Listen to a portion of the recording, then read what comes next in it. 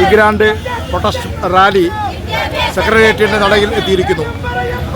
ഏതാനും നിമിഷങ്ങൾക്ക് തന്നെ എം ഗീതാനന്ദനെത്തി ഇതിൻ്റെ ഉദ്ഘാടനം നടക്കുന്നത്.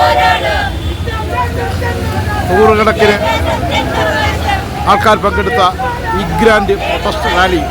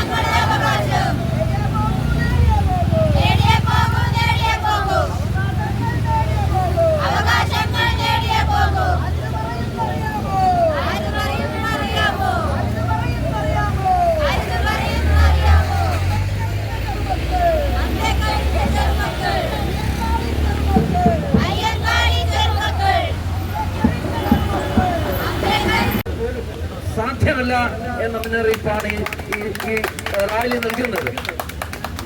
ഭരണഘടനാഗതമായ ഈ അവകാശം മാനിക്കാതെ ഈ ഗ്രാന്റ് കഴിഞ്ഞ 3 വർഷമായി മുടക്കുകയും പുതിയ ബഡ്ജറ്റിൽ ഉൾപ്പെടെ ആവശ്യമുള്ള തുക വകയിരുത്താതെ മറ്റു ചില ക്ഷേമ പെൻഷനുകളുടെ കൂട്ടത്തിൽ ഉൾപ്പെടുത്തി വല്ലപ്പോഴും നൽകുന്ന ഒരു നക്കാപ്പിച്ച ഔദാര്യമായാണിത് നിങ്ങൾ മാറ്റാൻ ഉദ്ദേശിക്കുന്നതെങ്കിൽ അത് നടക്കില്ല.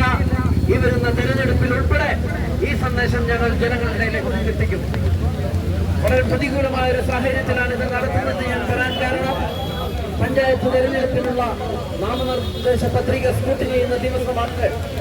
നിരവധി സാമൂഹ്യ പ്രവർത്തകരും ജനപ്രവർത്തകരും ഈ പരിപാടിയിൽ എത്താതിരിക്കുന്നതിന്റെ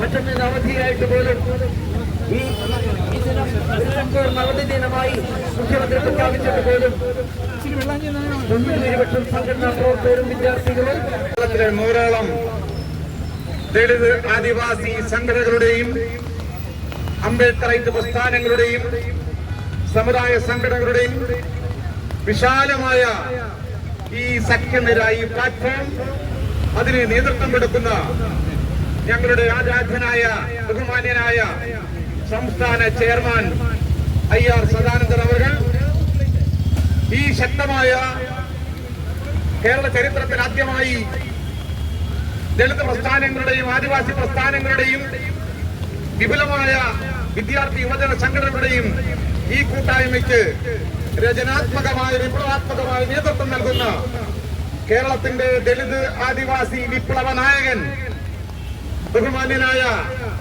M ഗീതാനന്ദൻ ഈ പ്രസ്ഥാനത്തെ നയിക്കുന്ന മറ്റ് പ്രമുഖരായ സംഘടനാ നേതാക്കളെ, സമുദായ നേതാക്കളെ, വ്യത്യസ്ത ദളിത് പ്രസ്ഥാനങ്ങളെയും അംബേദ്കർ പ്രസ്ഥാനങ്ങളെയും പ്രതിനിധീകരിച്ചുകൊണ്ട് കേരളത്തിന്റെ വിവിധ ജില്ലകളിൽ നിന്ന്, വിവിധ പ്രദേശങ്ങളിൽ നിന്ന് ഈ പ്രക്ഷോഭത്തിൽ നയിക്കുന്ന മറ്റ് സംഘാടകർ, എന്റെ പ്രിയപ്പെട്ട ഈ പോരാട്ടത്തിൽ അണിചേർന്നിരിക്കുന്ന കഴിഞ്ഞ കുറെ കാലമായി ഭരണകൂടത്തിന്റെ ഭാഗത്തു നിന്നുള്ള അനീതികൾ അനുഭവിച്ച് പഠിത്തം മുട്ടി പഠിക്കാൻ കഴിയാതെ സ്വന്തം ഭാവി തൊലച്ച് ഇന്ന് വലിയ നിലയിൽ വേദനിക്കുന്ന കേരളത്തിലെ ദളിതരായ ആദിവാസികളായ വിദ്യാർത്ഥി പ്രതിനിധികൾ, പ്രിയപ്പെട്ട എന്റെ കൊച്ചനുജന്മാർ, എന്റെ അനുജത്തിമാർ, പ്രിയപ്പെട്ട കുഞ്ഞുങ്ങൾ ഈ പ്രക്ഷോഭത്തെ വീക്ഷിക്കുകയും ഇതിനെ പിന്തുണയ്ക്കുകയും ചെയ്യുന്ന കേരളത്തിലെ വ്യത്യസ്തങ്ങളായ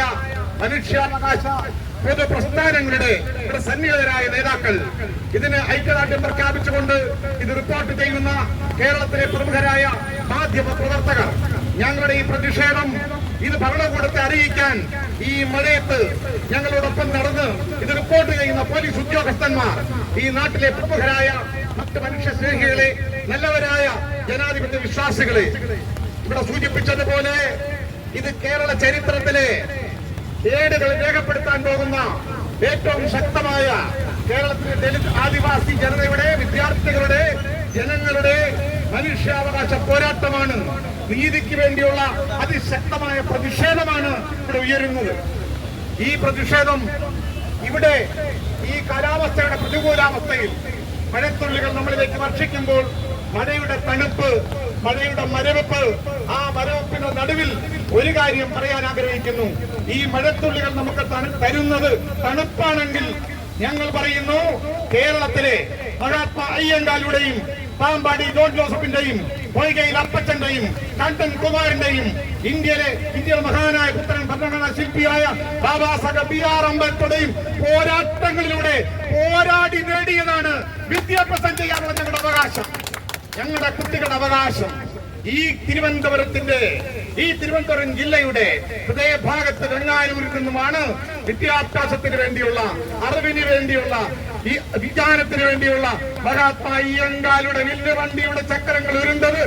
ആ വില്ലുവണ്ടിയുടെ മുഴക്കം കേട്ട്, ആ വില്ലുവണ്ടിയുടെ സിംഹഗർജനവുമായി ഊരട്ടമ്പലത്തെ സ്കൂളിലേക്ക് പഞ്ചമി എന്ന ദളിതയായ വിദ്യാർത്ഥിയെ, ബാലികയെ പിടിച്ചുകൊണ്ട് സവർണ മേധാവിത്വത്തിന്റെ വിലക്കുകളെ ഭേദിച്ചുകൊണ്ട് ആ പോരാട്ടങ്ങളിലൂടെയാണ് മഹാത്മാ അയ്യങ്കാളി പഠിക്കാനുള്ള ജനാധിപത്യപരമായ അവകാശം കേരളത്തിന്റെ മണ്ണിൽ സ്ഥാപിച്ചെടുത്തത്.